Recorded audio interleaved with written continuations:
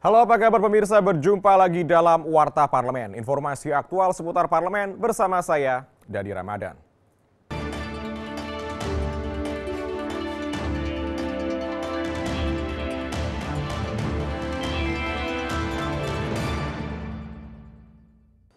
Pemirsa, kita awali Warta Parlemen dengan berita pertama. Komisi 7 DPR RI mendorong Pertamina untuk mengambil alih pengelolaan Blok Is Kalimantan dari PT Chevron Indonesia yang akan segera habis kontrak pengelolaannya pada Oktober 2018. Komisi 7 juga berharap pemerintah daerah tetap dilibatkan untuk mengelola Blok Is Kalimantan. Usai pertemuan dengan PT Chevron, PT Pertamina, SKK Migas, Kementerian ESDM, dan Bupati Penajam Pasir Utara dalam kunjungan kerja ke Kabupaten Penajam Pasir Utara, Kalimantan Timur baru-baru ini. Wakil Ketua Komisi 7 DPR RI Herman Hairon menyampaikan Kementerian ESDM telah memberikan penugasan kepada PT Pertamina untuk mengelola Blok Is Kalimantan. Herman mengungkapkan sempat beredar kabar pengelolaan Blok Is Kalimantan akan diambil oleh PetroChina karena pemerintah akan melelang blok tersebut, serta adanya hasil kajian Pertamina yang menyatakan blok tersebut tidak bernilai ekonomis. Herman menyampaikan PT Pertamina telah bersedia untuk mengambil alih pengelolaan Blok Is Kalimantan dan akan melakukan kajian keekonomian lapangan. Untuk itu ia mendorong PT Pertamina untuk memberikan ruang dan kesempatan kepada pemerintah daerah untuk ikut mengelola blok tersebut. Atas kesediaan Pertamina untuk mengambil kembali terhadap pengelolaan Blok Is Kalimantan, tentu ini juga harus merespon terhadap keinginan pemerintah daerah. Memang participating interest sudah ada 10% sebagai peraturan yang sudah diatur di dalam Undang-Undang Migas. Nah, tetapi ada keinginan lebih besar lagi bahwa perusahaan daerah bisa mengelola 50% bahkan 100% dengan kemampuan finansialnya. Nah, tentunya ini juga perlu kajian lebih jauh. Anggota Komisi 7 DPR RI Ramson Siagian mengatakan pemerintah perlu mengkaji keinginan pemerintah Kabupaten Penajam Pasir Utara untuk mengelola Blok Is Kalimantan. Hal ini sebagai alternatif alih kelola Blok Is Kalimantan setelah masa kontrak PT Chevron berakhir. Yang perlu dikaji oleh pemerintah dan juga SKK Migas yang keputusannya memang ada di pemerintah, apakah nanti perusahaan daerah diberikan pemegang saham mayoritas dengan tentunya investasi memerlukan sekitar 1 tahun pertama 90 juta US dollar, tentunya bisa join dengan ataupun kerjasama dengan yang pemegang saham minoritas misalnya, atau Pemda hanya mendapatkan participating interest 10%.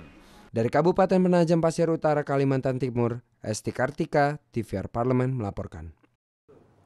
Kebijakan furlough atau merumahkan ribuan karyawan yang diterapkan oleh PT Freeport menuai protes keras dari para karyawannya. Untuk itu Komisi 9 DPR RI meminta seluruh karyawan untuk duduk bersama dengan manajemen Freeport dalam mencari penyelesaian dari permasalahan ini dan memperjuangkan hak-hak para pekerja. Bertempat di kantor Gubernur Papua baru-baru ini, Wakil Ketua Komisi 9 DPR RI Syamsul Bahri menyatakan dalam penyelesaian kasus yang terjadi di Freeport, serikat pekerja harus kompak dan satu suara guna menghasilkan keputusan yang dapat memuaskan semua pihak. Syamsul menambahkan selain merumuskan pemecahan masalah dengan pihak manajemen Freeport, serikat pekerja juga perlu melakukan perundingan internal dalam struktur organisasinya guna menghindari terjadinya perbedaan pendapat yang dapat menimbulkan perpecahan dalam tubuh organisasi tersebut. Kami meminta kepada pimpinan pusat serikat pekerja untuk melakukan internalisasi, ya, supaya apa? Supaya serikat pekerja itu, pekerja Freeport itu satu suara untuk bisa berunding dengan manajemen Freeport. Kalau terjadi friksi-friksi, tidak satu suara, ini masalahnya menjadi berlarut-larut. Sementara itu anggota Komisi 9 DPR Nihayatul Wafiroh menilai permasalahan ini tidak akan terselesaikan jika serikat pekerjanya tidak bersatu.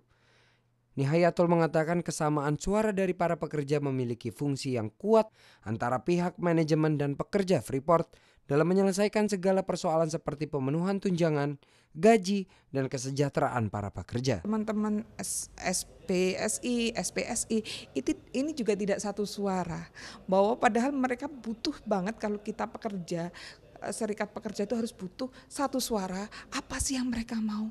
Kalau mereka satu suara otomatis bargaining position untuk melakukan negosiasi kepada perusahaan itu lebih kuat.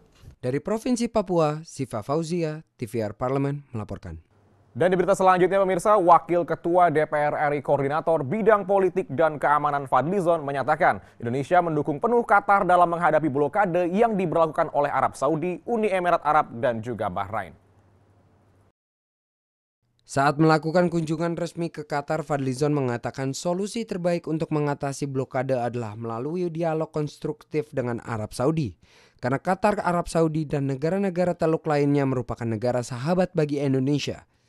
Usai mengadakan pembicaraan dengan Ketua Majelis Syura Qatar, Ahmed bin Abdullah bin Zayed Al Mahmud, di gedung Dewan Legislatif tertinggi di Qatar, Fadlizon menyampaikan, Ketua Majelis Syura Qatar sangat menghargai dukungan yang diberikan oleh Indonesia selama ini, terutama sejak berlangsungnya blokade terhadap Qatar pada bulan Juni 2017. What we told them,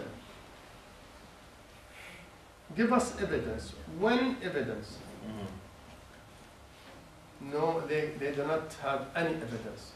We told them, okay, the mediator is Amir of Kuwait, which we support, we accept him as a mediator. Give it to him. Give him one proof that Qatar, up to this moment, no proof, nothing with him. Fadlizon menyayangkan diberlakukannya blokade terhadap Qatar. Untuk itu Indonesia akan tetap mendukung dan mendorong tercapainya penyelesaian blokade melalui dialog konstruktif antara Qatar dengan negara-negara yang bertikai. Memprihatinkan ya bagi Qatar diblokade oleh sesama negara-negara Teluk yang merupakan negara-negara sahabatnya sebenarnya. Jadi kita karena mempunyai hubungan yang baik juga dengan Qatar tentu berharap keadaan ini bisa segera pulih, apalagi antara negara-negara Teluk, negara-negara Islam ya bisa berdamai gitu ya dan tidak saling melakukan blokade yang meningkatkan ketegangan di antara beberapa negara yang ada. Dalam lawatannya ke Qatar, Wakil Ketua DPR RI Fadlizon didampingi oleh beberapa anggota Dewan Ahmad Muzani, Oo Sutisna, Bim Benjamin, dan Kartika Yudisti turut mendampingi Duta Besar Indonesia untuk Qatar Muhammad Basri Sidehabi. Dari Doha, Qatar, Ahmad Sudirwan, TVR Parlemen melaporkan. Dan pemirsa, demikianlah Warta Parlemen edisi kali ini. Sampai jumpa pada Warta Parlemen berikutnya. Terima kasih atas perhatian Anda dan sampai jumpa.